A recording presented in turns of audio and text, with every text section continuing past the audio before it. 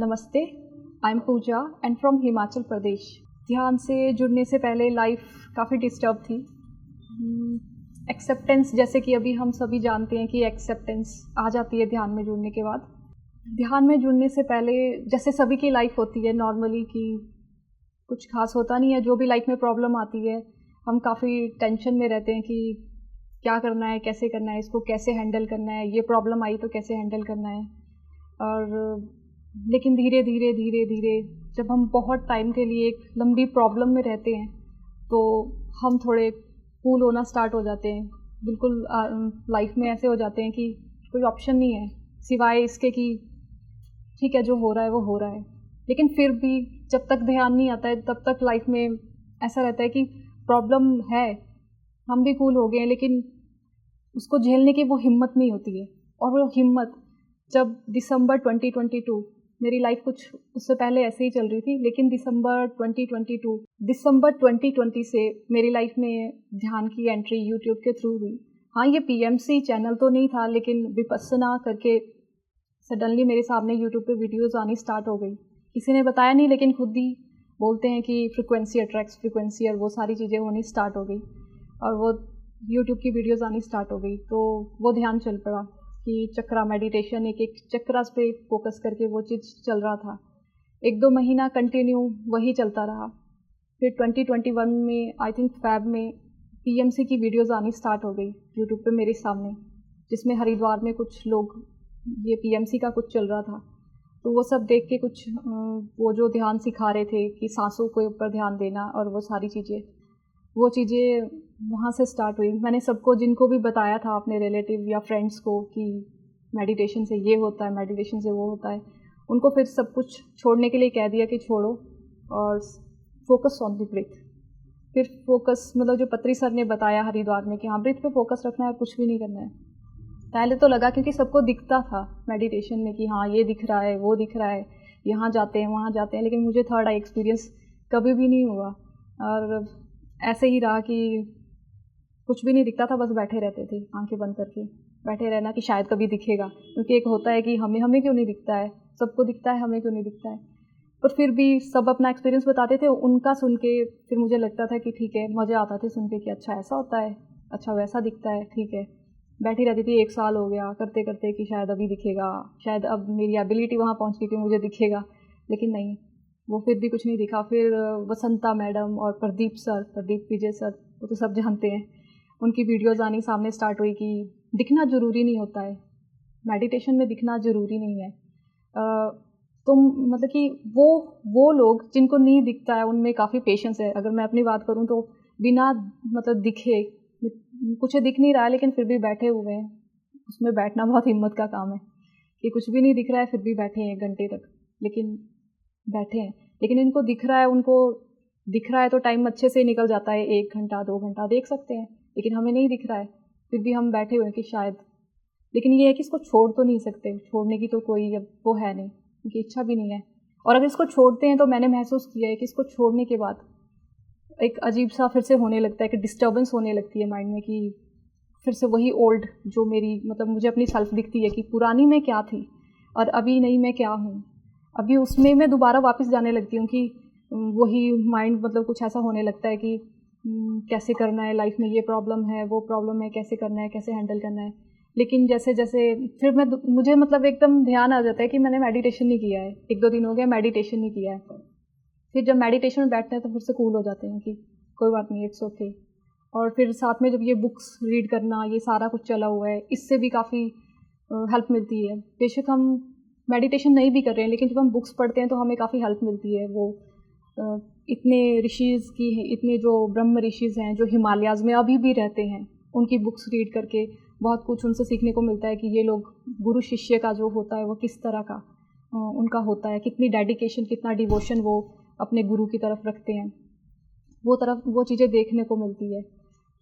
तो ध्यान के चमत्कार अगर मैं अपने आप से जोड़ के देखूं कि मेरे साथ ध्यान के क्या चमत्कार हुए हैं, तो मैं इतना ही बताना चाहूँगी कि पहले मेरी लाइफ काफ़ी स्ट्रेसफुल, हस्बैंड घर आते थे, सेल्स का जैसे इनका काम था तो बैंक में, और ये काफ़ी सेल्स का प्रेशर, ये घर आते थे, ये अपनी प्रॉब्लम शेयर करते थे, तो मेरे साथ वो प्रॉब्लम मुझे भी मतलब फेस करनी होती थी और मेरे ऊपर उसका प्रेशर होना स्टार्ट हो जाता था। फिर आपस में थोड़ी बहुत फाइट सबकी हो जाती है, तो वो चीज़ें पहले होती थी। लेकिन जब से मैं ध्यान में हूँ, अगर फिर शाम को आके जैसे ये अपनी प्रॉब्लम्स बताते थे, तो फिर अब मैं कूल रहना स्टार्ट हो गई थी कि इट्स ओके, इट्स ओके, ये हमारी टेस्टिंग चल रही है या जो भी हमने प्लान किया अपनी सोल की ग्रोथ के लिए, तो वो चीज़ हमारे साथ हुई। इवन मैं अपने हस्बैंड को भी यही समझाती थी कि अगर लाइफ में ऐसा हो रहा है तो ये हमारी सोल की ग्रोथ के लिए है, क्योंकि जब तक हमारी लाइफ में प्रॉब्लम्स नहीं आती है हमारी सोल की ग्रोथ हो ही नहीं सकती है। क्योंकि हमने इतनी बुक्स रीड की है, जैसे कि पीएमसी, हिंदी और ये सारे मास्टर्स बताते हैं कि बुक रीड करनी चाहिए,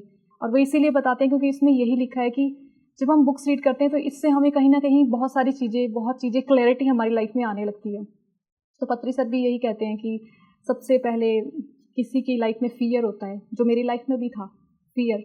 उसके बाद जब फ़ियर पे हम लोग फ़ियर से आगे क्रॉस होने लगते हैं तो हमारी लाइफ में क्लैरिटी आने लगती है। ये पत्री सर के कॉन्सेप्ट है जो मैंने उनकी वीडियोज़ में देखे हैं कि फ़ियर पहले लाइफ में होता है। हम डरते हैं कि हमारी लाइफ ऐसी चल रही है, वैसी चल रही है, आगे क्या होगा, फ्यूचर में क्या होगा, नहीं पता है, किसी को नहीं पता फ्यूचर में क्या होगा, क्योंकि हमारे सामने बहुत सी प्रॉब्लम आती है और हम फ्यूचर के बारे में सोचते रहते हैं। जबकि हर बुक्स, हर मास्टर यही कहता है कि बी इन प्रेजेंट मोमेंट, और प्रेजेंट मोमेंट में रहना ही लाइफ है, क्योंकि फ्यूचर जैसा कुछ है ही नहीं और पास्ट जैसा भी कुछ है ही नहीं।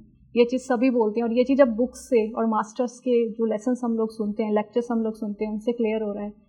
तो ध्यान में आने के बाद मुझ में जो चेंज आया वो ये है कि be in a present moment. जब से मैं प्रेजेंट मोमेंट में रहना मैंने स्टार्ट किया है, तब से ये हुआ है कि हस्बैंड अगर कोई भी प्रॉब्लम आके घर पे बता रहे हैं, कुछ भी ऑफिस का कुछ प्रॉब्लम चल रहा है, तो फिर मैं प्रेजेंट में रहती थी कि इट्स ओके, ये हम दोनों का प्लान है। हमारी सोल जो है तभी ग्रोथ करेगी जब हम उस पर काम करेंगे, और जैसे ही हम उसको एक्सेप्ट करते हैं, हम एक्सेप्टेंस में आते हैं, वो चीज़ें सारी ख़त्म होनी शुरू हो जाती है, वो मेल्ट होनी स्टार्ट हो जाती है, क्योंकि उस चीज़ों का फिर असर पड़ता ही नहीं है। कि ये मैंने महसूस किया है कि इन चीज़ों का, इन प्रॉब्लम्स का मेरी लाइफ में अब सच में कुछ फ़र्क ही नहीं पड़ता है। इवन अगर धूप भी लगी है, बहुत तेज़ धूप लगी है, तो मैं उसको भी ऐसे लेती हूँ कि आने दो, इसे भी आने दो, जब इतनी सारी चीज़ें हैं तो ये भी होने दो, क्या गर्मी और क्या सर्दी। फिर ये चीज़ें होनी स्टार्ट होगी कि कोई बात नहीं, गर्मी है तो है, लाइट नहीं है तो नहीं है, कोई बात नहीं, अगर गर्मी है तो कोई बात नहीं, सहन करो। इससे क्या हो गया, बॉडी की जो कैपेसिटी है वो भी सहन करने की ज़्यादा हो गई है। लेकिन ये बात सच है कि ध्यान में आने के बाद जब एक्सेप्टेंस किसी में आ जाती है तो लाइफ बिल्कुल स्मूथली निकलती है। फिर ऐसा लगने लग जाता है कि ये हमारी सोल की ग्रोथ के लिए जो भी हो रहा है होने दो।